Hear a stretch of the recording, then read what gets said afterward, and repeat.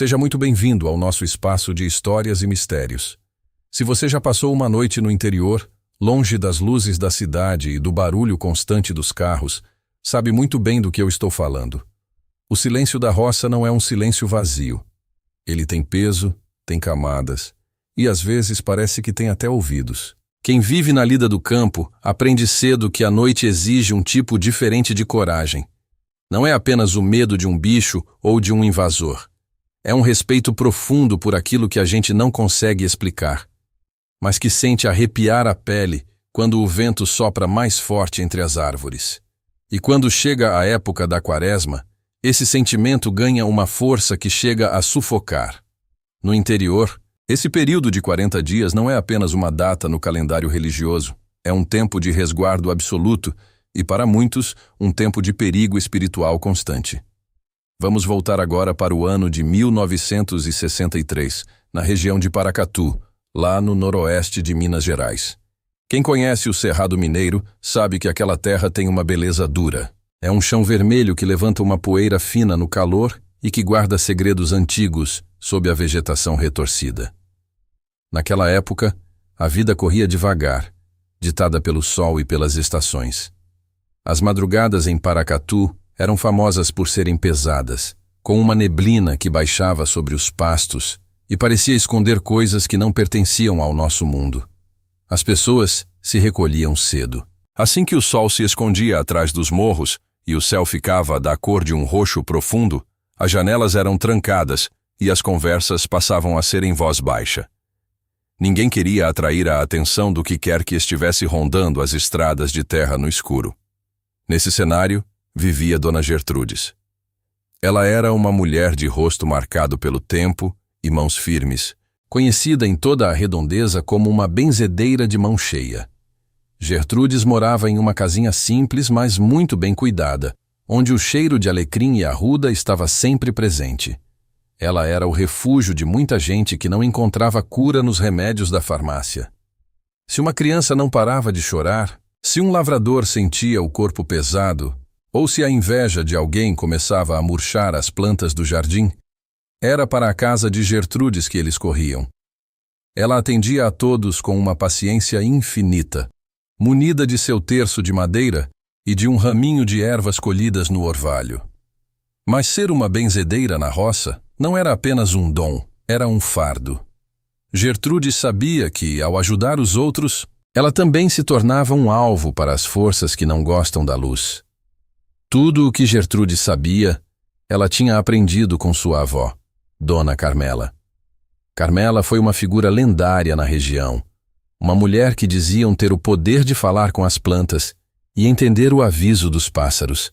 Ela foi a guardiã das tradições espirituais da família por décadas, e antes de partir deste mundo, deixou para a neta muito mais do que apenas orações e receitas de chás. Ela deixou uma herança de vigilância. Carmela sempre dizia para Gertrudes que o mundo é cheio de portas invisíveis e que durante a quaresma, muitas dessas portas se abrem. Ela falava de uma dívida antiga, algo que vinha de gerações passadas, um acerto de contas que a família carregava e que, mais cedo ou mais tarde, precisaria ser enfrentado. Gertrudes ouvia esses avisos com um aperto no peito, mas na juventude, a gente sempre acha que essas coisas estão longe de acontecer conosco. O tempo passou, e Gertrudes se tornou a sucessora da avó, respeitada e amada por todos. No entanto, ela nunca esqueceu os avisos sobre o silêncio da noite e a necessidade de manter a fé como um escudo. Naquela quaresma de 63, o ar parecia mais denso do que o normal. Os cachorros da vizinhança uivavam de um jeito que dava calafrios, e até o gado no pasto parecia inquieto, se amontoando perto das cercas como se fugisse de algo invisível. Gertrudes passava as tardes sentada em sua varanda, observando o horizonte e sentindo que uma tempestade que não era de chuva estava se aproximando. Ela sabia que os dias de resguardo seriam difíceis e que a paz de sua casa estava prestes a ser testada por algo que ela só conhecia, através das histórias de terror que sua avó contava na beira do fogão a lenha. Antes de continuarmos, se inscreva no canal e conte nos comentários de onde você está assistindo. Dona Gertrudes olhava para sua filha, Rosalina, Uma jovem forte e cheia de vida que ajudava a mãe em todas as tarefas da casa. Rosalina era a alegria daquele lar. Mas Gertrudes percebia que a moça também estava sentindo a mudança no ambiente. O brilho nos olhos de Rosalina parecia vacilar quando a noite chegava, e ela começou a evitar sair no quintal depois que o sino da igreja batia às 6 horas. O peso da herança de Dona Carmela parecia estar se tornando mais presente, como se as sombras estivessem se esticando para alcançar a nova geração. Gertrudes preparava suas velas bentas e conferia seus vidros de água santa, sabendo que as orações precisariam ser mais fortes do que nunca. O tempo de respeito estava apenas começando, e as madrugadas de Paracatu guardavam um segredo que não tardaria a aparecer no portão daquela casinha de chão batido, trazendo consigo o cheiro amargo de algo que não deveria estar entre os vivos. As lembranças daquelas lições de Dona Carmela voltavam para a mente de Gertrudes com a força de uma enxurrada. Antes de partir, a avó parecia carregar o peso do mundo nos olhos, que estavam sempre fixos em algum ponto que ninguém mais enxergava. Ela chamou Gertrudes para perto da cama de ferro, pegou sua mão com força e disse que o dom de benzer era um presente, mas que todo presente vinha com um preço. Ela explicou que, na Quaresma, o mundo espiritual se agitava de um jeito diferente. Era como se as correntes que seguravam as coisas ruins ficassem frouxas por 40 dias. O aviso principal de Carmela era sobre os sinais físicos da presença do que ela chamava de o cobrador. Dona Carmela dizia que, antes de qualquer coisa aparecer aos olhos, ela se anunciava pelo nariz. Era um cheiro de enxofre, mas não era como o de um fósforo riscado. Era um cheiro pesado, de coisa podre misturada com terra queimada, um odor que grudava no fundo da garganta e deixava a boca com um gosto amargo de metal. Depois do cheiro, vinha o som.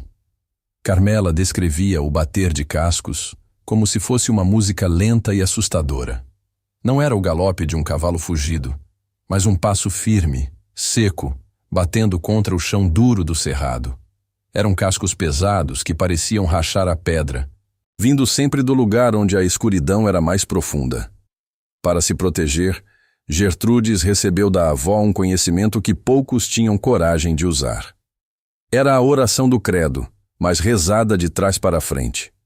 Carmela explicava que essa forma de rezar criava um círculo de ferro ao redor da pessoa, algo que as entidades da noite não conseguiam atravessar. Mas tinha um detalhe. A oração precisava ser feita com uma calma absoluta. Se a pessoa gaguejasse ou errasse uma palavra por causa do medo, a proteção se quebrava na hora.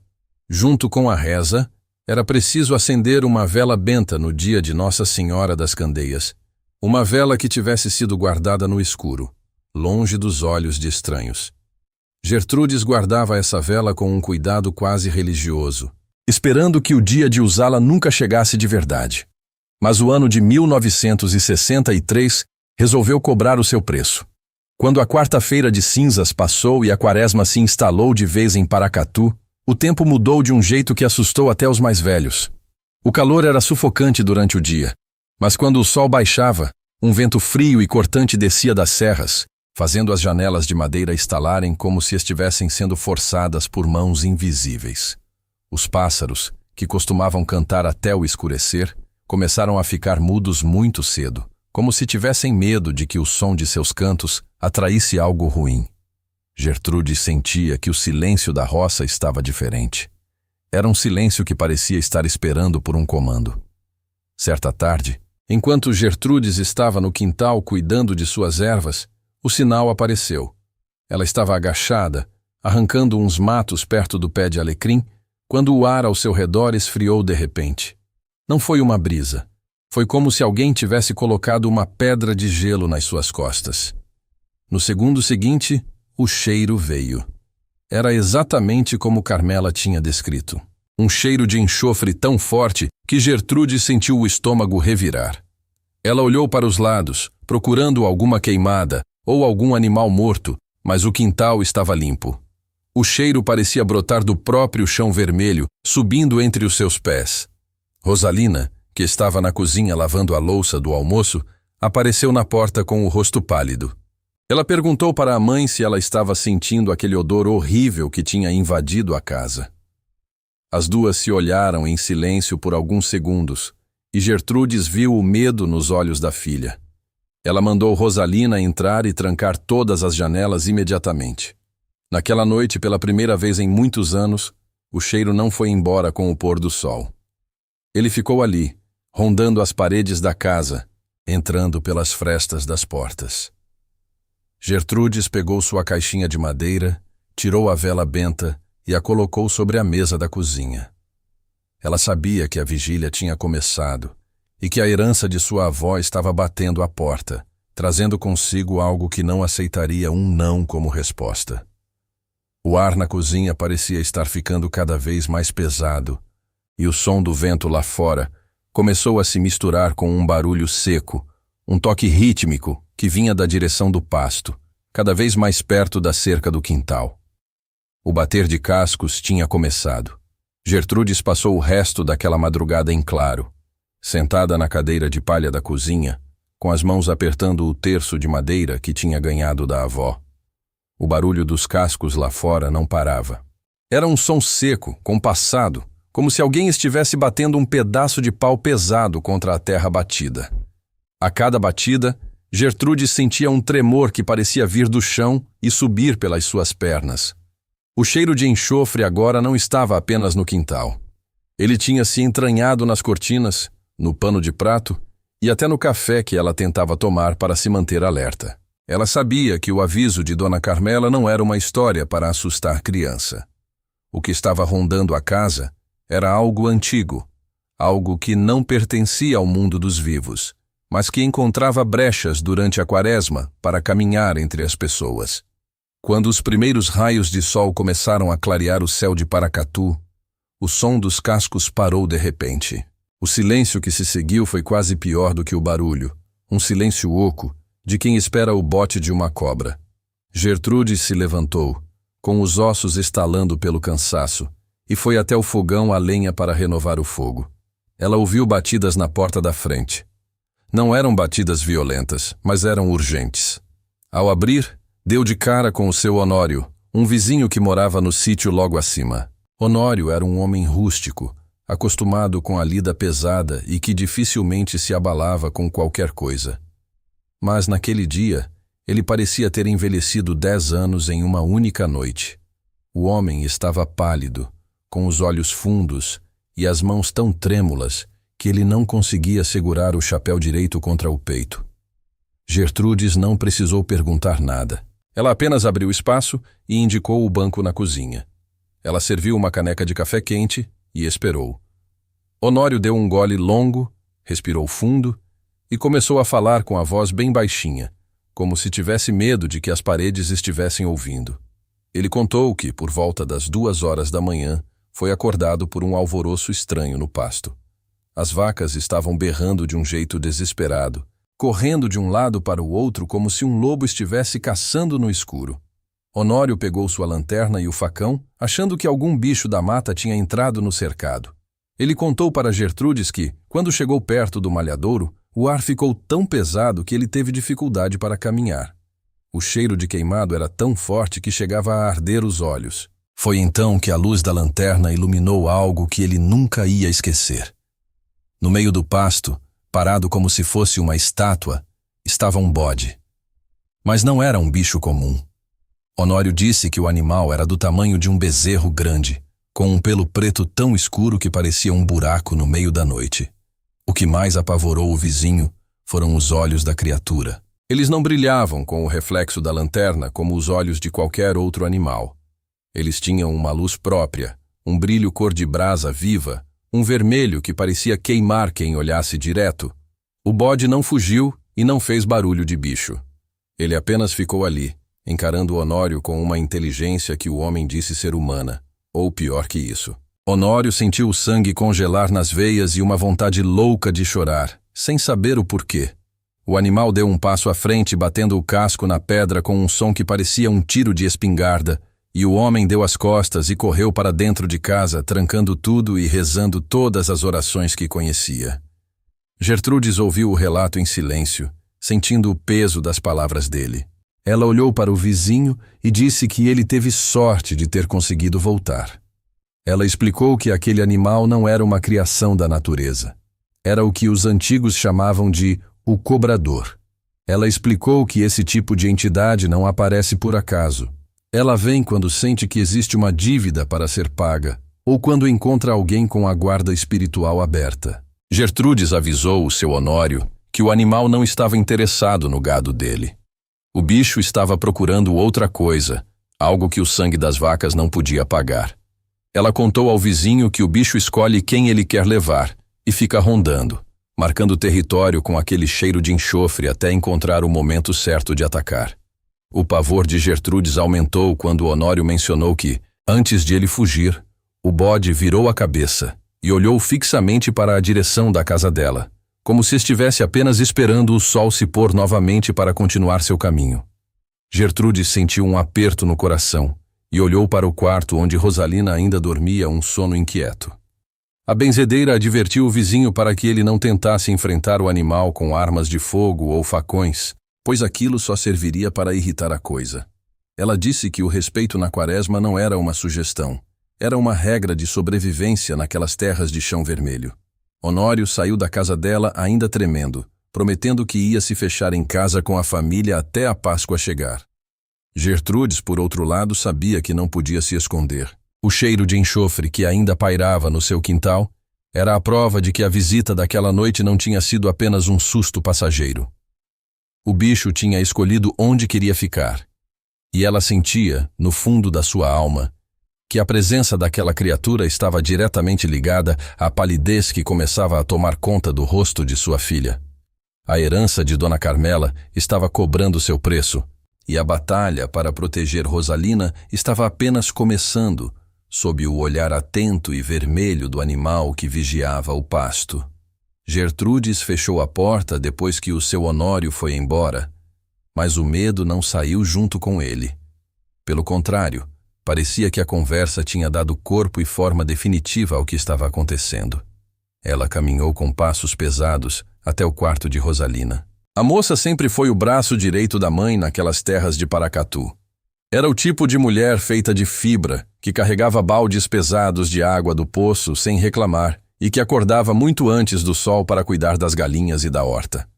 Rosalina tinha saúde para dar e vender, mas agora parecia uma sombra que estava se apagando lentamente. Ela estava deitada com o cobertor puxado até o queixo, embora o calor do cerrado estivesse abafado e sem vento nenhum. O rosto de Rosalina, que costumava ter a cor viva do chão de terra batida sob o sol, agora apresentava uma palidez que chegava a assustar. Não era a palidez comum de quem está com uma gripe forte ou um cansaço passageiro. Era uma cor de cera, uma tonalidade sem vida, como se o sangue tivesse desistido de correr nas veias dela. Gertrudes estendeu a mão e encostou na testa da filha, sentindo um calafrio que percorreu sua espinha. A pele de Rosalina não estava queimando em febre. Estava fria e úmida. Uma frieza estranha que parecia vir de dentro dos ossos, como se o calor do corpo estivesse sendo roubado por algo invisível. «Mãe, eu me sinto tão fraca», murmurou Rosalina, sem sequer ter forças para abrir as pálpebras. A voz dela estava fininha e arrastada, parecendo vir de um lugar muito distante. Parece que tem uma pedra enorme em cima do meu peito, um peso que não me deixa respirar e que puxa minha alma para baixo. Gertrude sentiu um nó na garganta e engoliu em seco. Ela era benzedeira, conhecia as ervas e as rezas para quase tudo, mas sabia que não adiantava procurar ajuda de médicos da cidade. O que estava consumindo sua filha não era uma doença que se curasse com remédio de farmácia. Ela foi até a cozinha, pegou o maço de arruda, alecrim e guiné que mantinha sempre fresco e começou a preparar uma infusão bem forte. Enquanto a água fervia, ela queimou palha de alho e ramos de alfazema para defumar os cantos da casa, recitando orações de proteção em voz baixa, pedindo ajuda aos céus. No entanto, pela primeira vez em décadas de ofício, Gertrude sentiu que suas palavras estavam vazias. Era como se as rezas batessem nas paredes e voltassem para ela, sem força para atravessar o ar pesado que tomava conta do ambiente. Ao longo de todo aquele dia, a situação só piorou. Rosalina não conseguia ingerir nada, nem mesmo um gole de água ou um pouco de caldo de feijão que Gertrudes tentava dar na boca dela. Tudo o que a moça tentava comer era rejeitado pelo corpo quase que imediatamente. Ela foi definhando a olhos vistos, perdendo a cor e a substância, enquanto os olhos ficavam cada vez mais fundos e rodeados por olheiras escuras. As ervas que Gertrudes usava para as benzeduras secavam e ficavam pretas em questão de minutos, como se estivessem absorvendo uma podridão maligna que pairava no quarto. O cheiro de enxofre, que antes parecia ser trazido pelo vento de longe, agora estava instalado dentro da casa. Ele se entranhou nas cortinas de fuxico, nos panos de prato e até no cabelo delas, deixando um gosto amargo na boca. Gertrudes se lembrou com angústia das lições de Dona Carmela sobre a dívida dos de trás. Ela começou a se perguntar o que seus antepassados poderiam ter feito para que o preço do erro agora fosse cobrado na vida de sua única filha. Seria um juramento não cumprido ou uma ofensa grave cometida em uma quaresma esquecida pelo tempo? Ela não tinha as respostas, mas sentia que o relógio estava correndo contra a vida de Rosalina. Quando o sol finalmente começou a se esconder atrás das colinas, o céu de Paracatu ganhou uma tonalidade roxa, quase negra. O vento parou completamente, criando um silêncio absoluto e sufocante. Os animais do quintal, que costumavam fazer barulho ao entardecer, ficaram quietos, como se estivessem escondidos de um predador. Gertrude se sentou na beira da cama e segurou a mão de Rosalina. Os dedos da moça estavam finos e sem pulsação aparente, uma mão que não apertava mais a da mãe. Foi nesse instante que o cheiro de enxofre deu um estalo forte no nariz de Gertrudes, ficando tão insuportável que ela precisou cobrir o rosto com um xale de lã. Ela se levantou, movida por um instinto antigo, e caminhou até a janela da sala que dava para o quintal dos fundos. Lá, no centro do terreno, ficava o grande pé de jabuticaba que sua avó, Dona Carmela, havia plantado. Era uma árvore de galhos retorcidos e escuros, que sempre foi motivo de alegria, mas que agora parecia uma sentinela sombria. Debaixo da copa da jabuticabeira, o bode estava lá. Ele apareceu do nada. Exatamente como seu Honório havia descrito, mas parecia ainda maior e mais assustador sob a luz pálida da lua. O pelo do animal era de um preto tão absoluto que parecia um rasgo no tecido da noite. Ele não estava pastando nem se movendo. Estava apenas parado, com os 4 cascos firmemente plantados na terra batida, encarando a janela da casa com uma fixidez aterrorizante. Os olhos da criatura brilhavam como 2 brasas ardentes no escuro. Eram vermelhos, um tom de sangue vivo que parecia pulsar conforme o bicho respirava. Gertrude sentiu o coração martelar contra as costelas. Não era o medo de um animal selvagem que a dominava, mas um pavor espiritual. O olhar daquele bode carregava uma inteligência perversa, uma consciência que sabia exatamente quem ela era e o que estava fazendo ali. Ele sabia que o que ele tinha vindo buscar estava deitado em uma cama de ferro, enfraquecido e pronto para ser levado de uma vez por todas. Gertrudes não desviou o olhar, mesmo sentindo a garganta secar. Ela apertou o terço de madeira contra o peito e começou a rezar, mas as palavras pareciam se perder no ar denso. O bode deu um passo lento e pesado para a frente. O som do casco batendo no solo seco ecoou como um trovão baixo, um barulho metálico que sugeria que ele não era feito de carne e osso comuns. A cada movimento que o bicho fazia no quintal, Rosalina soltava um gemido de agonia no quarto, como se os passos da criatura estivessem esmagando sua própria vida. Gertrudes percebeu ali que a proteção comum não seria suficiente. O cerco estava fechado, e ela teria que enfrentar o cobrador com tudo o que sua alma possuía. Aquele bicho parado ali no quintal não era uma criatura de Deus, e Gertrudes sabia disso no fundo da sua alma. Mesmo com as pernas tremendo e o coração batendo descompassado, ela não conseguia desviar os olhos daquela figura sombria debaixo do pé de jabuticaba. O bode era grande, muito maior do que qualquer animal que ela já tinha visto nas redondezas de Paracatu. Ele não tinha a agitação natural dos bichos da roça. Ele possuía uma quietude assustadora, uma imobilidade de coisa que pensa e que planeja. Os chifres dele chamavam a atenção. Não pareciam feitos de osso ou queratina, como os de um animal normal, mas sim talhados em pedra escura e bruta. Eram cheios de ranhuras e pontas que brilhavam de um jeito esquisito sob a luz pálida da lua, como se tivessem sido forjados no fogo. O pelo do bicho era de um preto tão profundo que parecia um buraco no meio da noite, absorvendo toda a luz ao redor. E aqueles olhos vermelhos, como duas brasas esquecidas em uma fogueira, ficavam fixos na janela da casa, encarando Gertrudes com uma inteligência perversa. Ele não estava ali por acaso. Ele estava esperando o momento certo de cobrar o que tinha vindo buscar. Gertrudes recuou devagar, sentindo o frio do chão de terra batida subir pelas solas dos pés. Mas seu corpo suava frio. Ela foi para a cozinha e se sentou na mesa de madeira pesada, onde tantas vezes tinha servido café e pão de queijo para os amigos. Agora, o ambiente estava pesado, carregado com um cheiro de enxofre tão forte que chegava a arder as narinas, como se alguém tivesse riscado centenas de fósforos de uma vez só dentro daquela sala pequena. Ela sabia que as rezas comuns, aquelas que ela usava no dia a dia para curar quebranto ou espantar mal-olhado, não teriam força contra o que estava lá fora. Aquela era a dívida dos de trás que sua avó Carmela tanto mencionava nos avisos de morte. Com as mãos trêmulas, Gertrudes pegou a vela benta que guardava para as grandes tempestades e a acendeu. A chama da vela balançava freneticamente, mesmo sem vento nenhum dentro da casa, como se estivesse lutando para continuar acesa contra uma pressão invisível. Gertrudes respirou fundo, fechou os olhos e começou a fazer o que sua avó tinha ensinado apenas para casos de extrema necessidade: rezar o credo de trás para frente.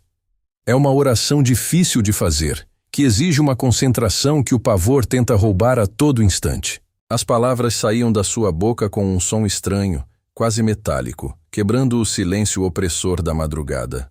Amém. Mortos dos e vivos dos julgar a vir há de onde. Pai Deus de direita assentado está, murmurava ela, sentindo cada palavra como um peso na língua.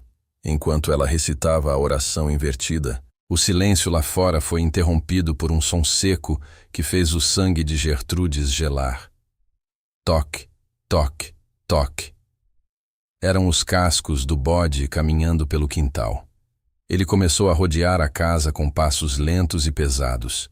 A cada batida daquele casco de pedra no solo seco, as paredes de adobe da casinha pareciam vibrar, e um tremor subia pelas pernas da benzedeira. Rosalina, deitada no quarto ao lado, soltou um gemido de agonia, um som sufocado de quem está lutando por cada gole de ar. Gertrudes não parou a reza. O suor escorria pelo seu rosto e encharcava a gola do vestido. Mas ela continuava, sentindo que cada frase dita ao contrário era como um tijolo que ela colocava em um muro de proteção entre sua filha e aquela criatura maligna. A madrugada parecia não ter fim. O tempo na quaresma, quando as forças do mal estão mais ativas, parece que estica e se enrola. Cada minuto parecia uma hora de pura tortura psicológica. O bode parou de andar e começou a raspar a porta da cozinha com força, como se quisesse entrar a qualquer custo. O cheiro de carniça se misturou ao enxofre, preenchendo cada fresta da casa. Gertrude sentiu o estômago revirar, mas manteve a voz firme. Ela sabia que, se demonstrasse fraqueza ou se errasse uma única palavra daquela reza proibida, a porta não aguentaria a pressão e o cobrador entraria para levar a alma de Rosalina. Ela segurava o terço de madeira com tanta força que os nós dos seus dedos ficaram brancos e doloridos. Em seus pensamentos, ela implorava a Deus e às almas protetoras que aceitassem seu sacrifício e sua vigília em troca da vida da moça. Ela via as ervas de benzedura que estavam em cima do balcão secarem e ficarem pretas em questão de segundos, como se fossem queimadas por um fogo invisível. A batalha que acontecia ali não era de facas ou armas. Era uma guerra de fé e de resistência contra o que há de mais obscuro. Quando os primeiros raios de sol finalmente começaram a clarear o horizonte lá fora, tingindo o céu de Paracatu com um laranja pálido e frio, o barulho dos cascos no quintal cessou de repente. O cheiro insuportável de enxofre começou a diminuir, levado por uma brisa leve que finalmente conseguiu atravessar as janelas. Gertrudes, exausta e com a voz quase desaparecida pelo esforço, terminou a última palavra da oração e deixou a cabeça cair sobre a mesa, o corpo tremendo em espasmos de puro cansaço. Ela se levantou com dificuldade, sentindo os ossos estalarem, e correu para o quarto de Rosalina. A moça ainda estava viva, mas o estado dela era de cortar o coração. Rosalina estava com os olhos abertos, mas eles não focavam em nada. Pareciam olhar para um lugar muito distante e sombrio. Ela estava pálida como um lençol, e sua respiração era tão fraca que Gertrudes precisava encostar o ouvido no peito da filha para ter certeza de que o coração ainda batia. O bode tinha ido embora com a chegada do amanhecer, mas o rastro de destruição que ele deixou não era físico. Gertrudes olhou pela janela e viu as marcas dos cascos profundamente enterradas na terra seca ao redor da casa. Ela sabia que o pior ainda não tinha passado. Aquela noite foi apenas o começo, e o bicho tinha dado uma trégua, apenas para que ela sentisse o peso do que viria na sexta-feira da paixão. Rosalina estava entre a vida e a morte, e o tempo para salvar a moça estava se esgotando rapidamente. Os dias que seguiram até a sexta-feira da paixão foram os mais longos da vida de Gertrudes. O sol parecia não querer esquentar a terra de Paracatu, e o vento que soprava trazia um cansaço que não passava com sono nenhum. Rosalina continuava na cama, murchando como uma flor que foi arrancada do pé e deixada no sol. Ela não pedia água, não pedia comida, só olhava para o teto com aqueles olhos que pareciam ter visto o que ninguém deveria ver. Gertrudes não arredava o pé do lado da filha. Ela tentou outras rezas, tentou banhos de ervas colhidas na hora certa, mas nada fazia efeito.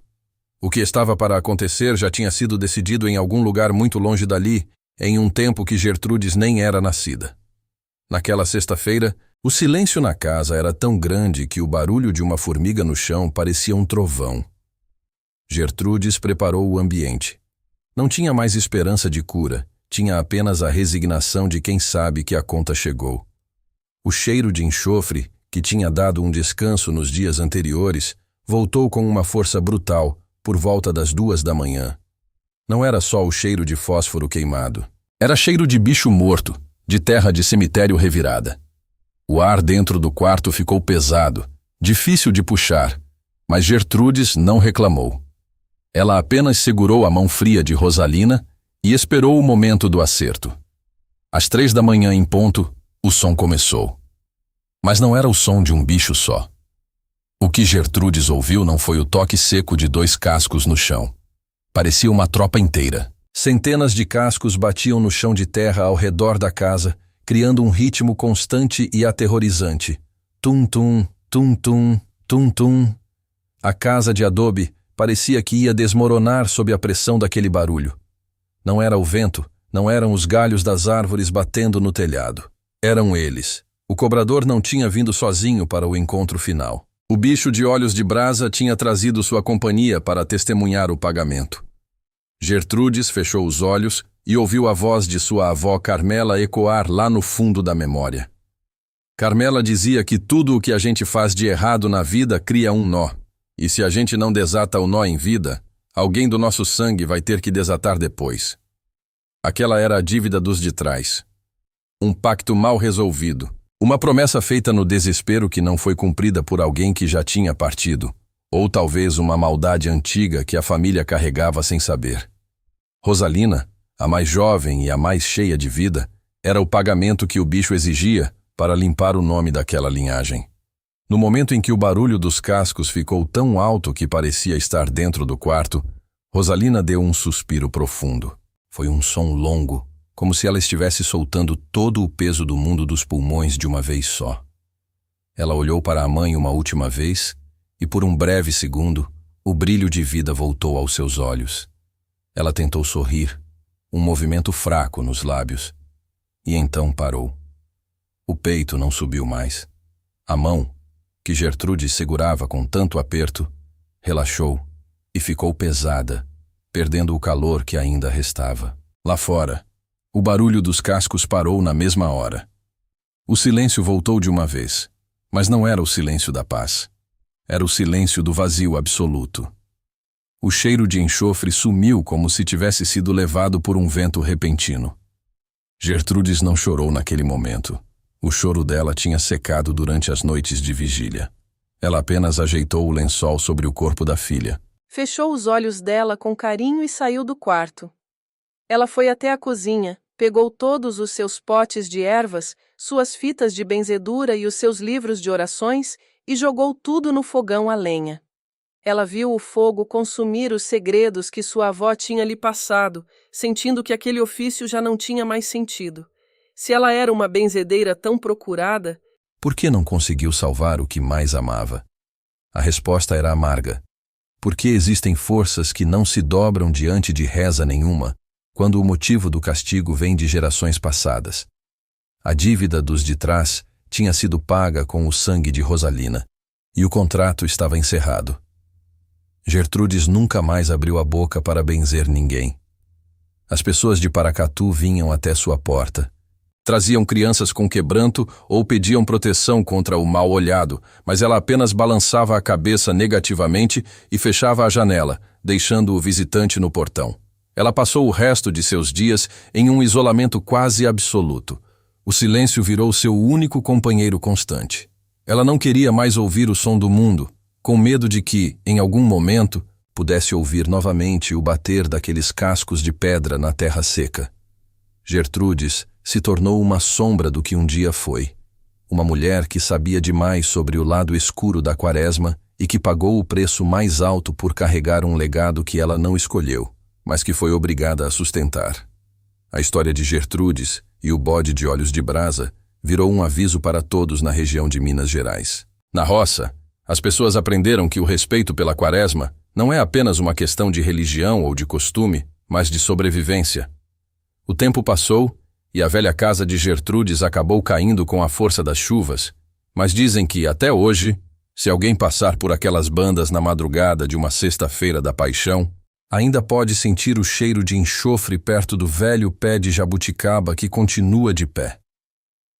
Os moradores mais antigos contam que o silêncio daquela terra não é normal. É o silêncio de quem ainda está esperando o próximo acerto de contas. Gertrudes morreu anos depois, sozinha em sua cama, sem nunca ter dito uma palavra sobre o que realmente sentiu naquela última noite. Mas o que ela deixou foi o entendimento de que a Quaresma é um portal. É um tempo onde o que está escondido no passado pode voltar para cobrar o seu preço.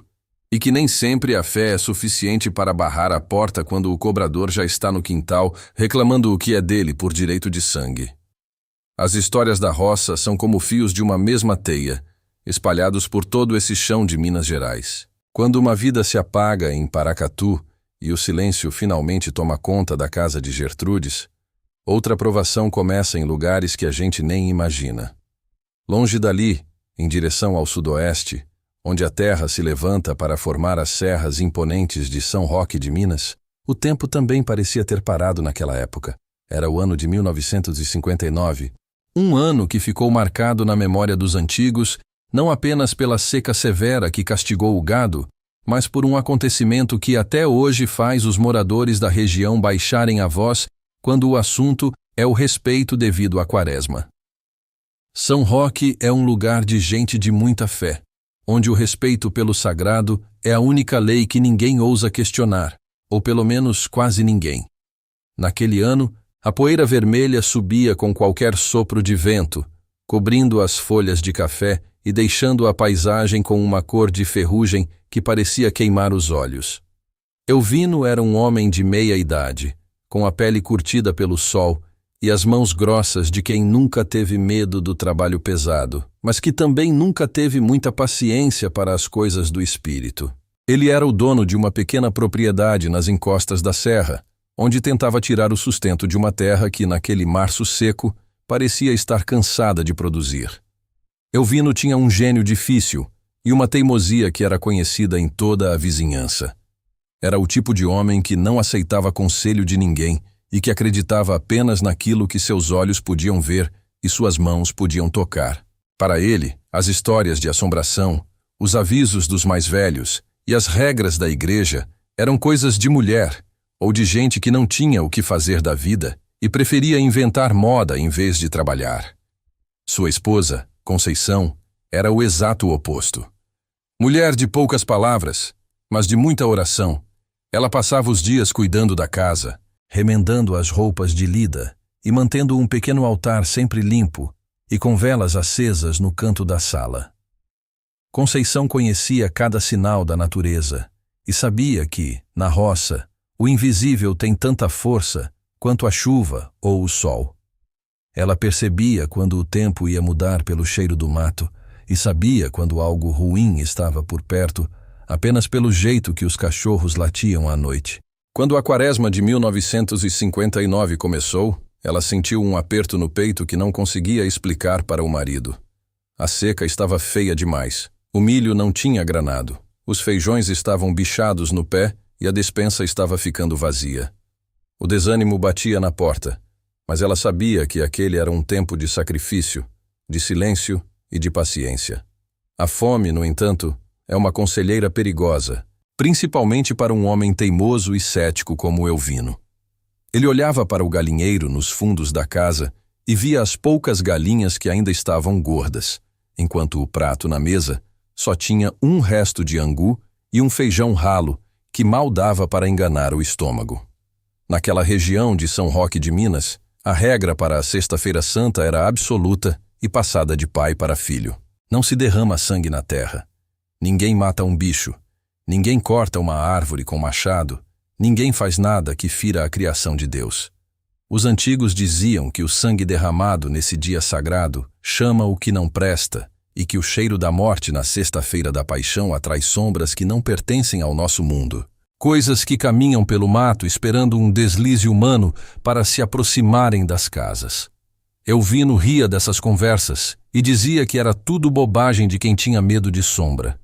Na Quarta-feira Santa, ele já estava perdendo a paciência com o jejum forçado pela pobreza e com a falta de sustância nas refeições. Conceição tentava avisar, com aquele jeito manso e preocupado dela, que o respeito era o que mantinha a proteção da casa e que a barriga vazia era um sacrifício pequeno perto do perigo de desafiar o sagrado.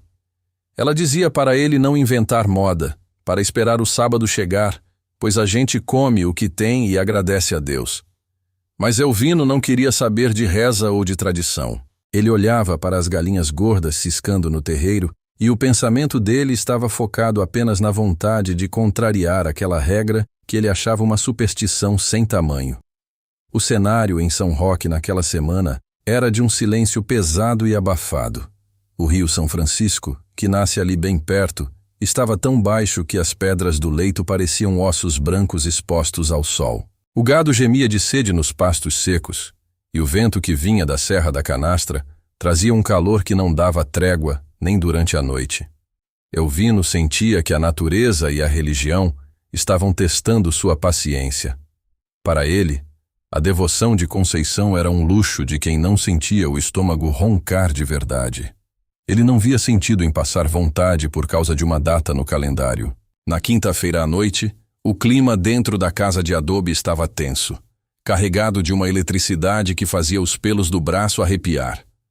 Conceição passou horas na igreja da vila e voltou com um semblante muito preocupado, contando que o padre tinha falado sobre as tentações do demônio durante a vigília.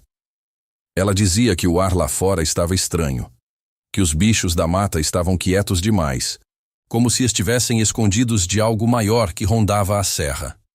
Elvino nem olhou para ela enquanto afiava sua faca de lida em uma pedra de amolar. O som do metal raspando na pedra ecoava pelo terreiro escuro como um aviso de que algo estava para ser quebrado. Ele não respondeu uma palavra sequer para as preocupações da esposa, mas o brilho teimoso nos seus olhos mostrava que a decisão já estava tomada no fundo da sua alma. Para ele, a Sexta-feira Santa seria um dia como outro qualquer, e ele não aceitaria ser mandado por histórias de assombração que nunca tinha visto. Ele não imaginava, no entanto, que na roça as leis não são escritas em papel, mas gravadas no próprio chão que a gente pisa, e que o preço do desafio costuma ser cobrado de uma forma que a razão não consegue explicar.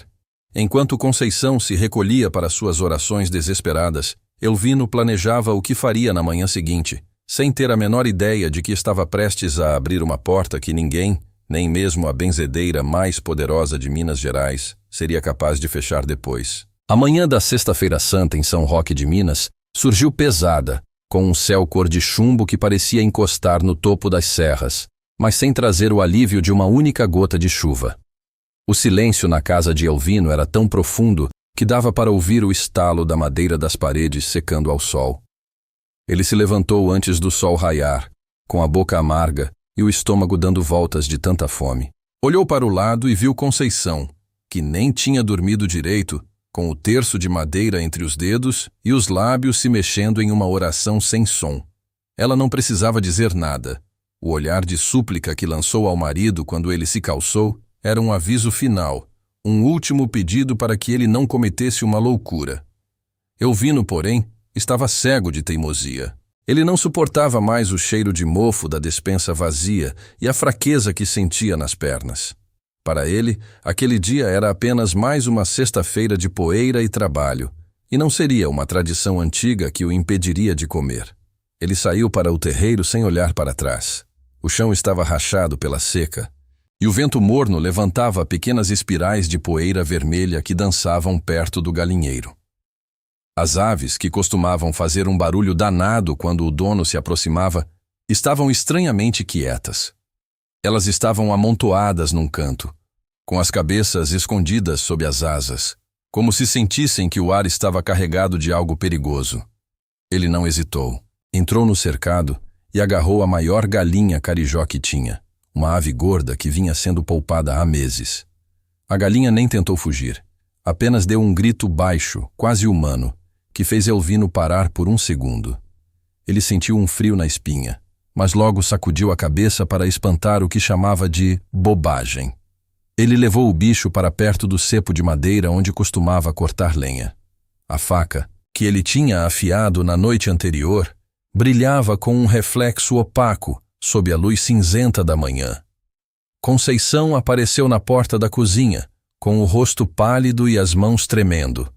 Ela não gritou, apenas disse, com uma voz que parecia vir de muito longe, que o sangue derramado hoje não seria esquecido pela terra. Elvino ignorou o aviso. Em um movimento rápido e firme, ele passou a lâmina no pescoço da carijó. O que aconteceu em seguida foi algo que desafiou toda a lógica que ele tanto defendia. No momento em que o sangue tocou o chão seco de São Roque de Minas, o céu, que estava parado, soltou um trovão seco que fez as janelas da casa vibrarem. Mas não era um trovão de chuva. Era um som de algo se quebrando no alto da serra. O sangue da galinha não escorreu normalmente nem foi absorvido pela poeira. Em vez disso, ele começou a borbulhar no chão, como se a terra fosse uma chapa quente, e o líquido vermelho vivo começou a se espalhar em direções contrárias, formando desenhos estranhos que pareciam veias, subindo pelas paredes de adobe da casa. O cheiro que subiu não era o cheiro de sangue fresco, mas um odor de carniça velha, misturado com o enxofre que Dona Gertrudes tanto temia lá em Paracatu. Elvino soltou o bicho morto e deu um passo para trás, sentindo o estômago revirar. Ele olhou para as próprias mãos e viu que o sangue não saía, por mais que ele as esfregasse na calça de brim. O líquido parecia estar entrando nos poros da sua pele. No mato que cercava a casa, um som começou a crescer. Não era o som de vento, mas o som de centenas de cascos batendo nas pedras. Um galope frenético que vinha de todos os lados, cercando a propriedade. Conceição caiu de joelhos na porta, clamando por misericórdia, mas o ambiente já estava tomado por uma sombra que não vinha das nuvens. Elvino tentou entrar em casa, mas sentiu que seus pés estavam presos ao chão, como se a terra que ele desrespeitou agora o estivesse segurando para o acerto de contas. Ele olhou para o horizonte e viu vultos escuros se movendo entre os pés de café secos, criaturas que não tinham forma definida, mas cujos olhos brilhavam com a mesma brasa que seu Honório vira no bode de Paracatu. Naquele momento, o ceticismo de Elvino desmoronou como um castelo de cartas. Ele entendeu que existem leis que não foram feitas pelos homens e que o sagrado, quando ferido, cobra um preço que a carne não consegue pagar. A história conta que, quando os vizinhos chegaram à casa de Elvino no sábado de Aleluia, encontraram Conceição em estado de choque, sentada no meio do terreiro, apontando para o chão onde não havia mais sinal de sangue, mas onde a terra tinha ficado permanentemente preta, como se tivesse sido queimada por um incêndio invisível. Elvino nunca mais foi o mesmo homem. Ele não desapareceu fisicamente, mas sua mente parecia ter ficado presa naquela manhã de sexta-feira. Ele nunca mais disse uma palavra sequer, e passava os dias olhando para o nada, com as mãos marcadas por manchas escuras que remédio nenhum conseguia tirar. A desobediência na Quaresma deixou uma marca profunda em São Roque de Minas, servindo de lição para todos que achavam que a fé era apenas conversa de gente antiga. O silêncio da roça não é um vazio, é um aviso. É o respeito por forças que caminham entre nós quando o sol se põe e que guardam as datas sagradas com um rigor que a nossa razão não alcança. Seja em Paracatu com o mistério de Dona Gertrudes e sua dívida de família, ou em São Roque com a teimosia de Elvino, a lição que fica gravada no chão vermelho de Minas é a mesma. A Quaresma é tempo de vigília, de silêncio e, acima de tudo, de respeito. Pois quem desafia o sagrado para saciar uma vontade passageira pode acabar descobrindo que o preço da desobediência dura uma vida inteira, ou até muito mais do que isso. O mistério continua ali, escondido na sombra do pé de jabuticaba ou no vento que sopra da serra, esperando apenas o próximo que ousar brincar com o que não deve.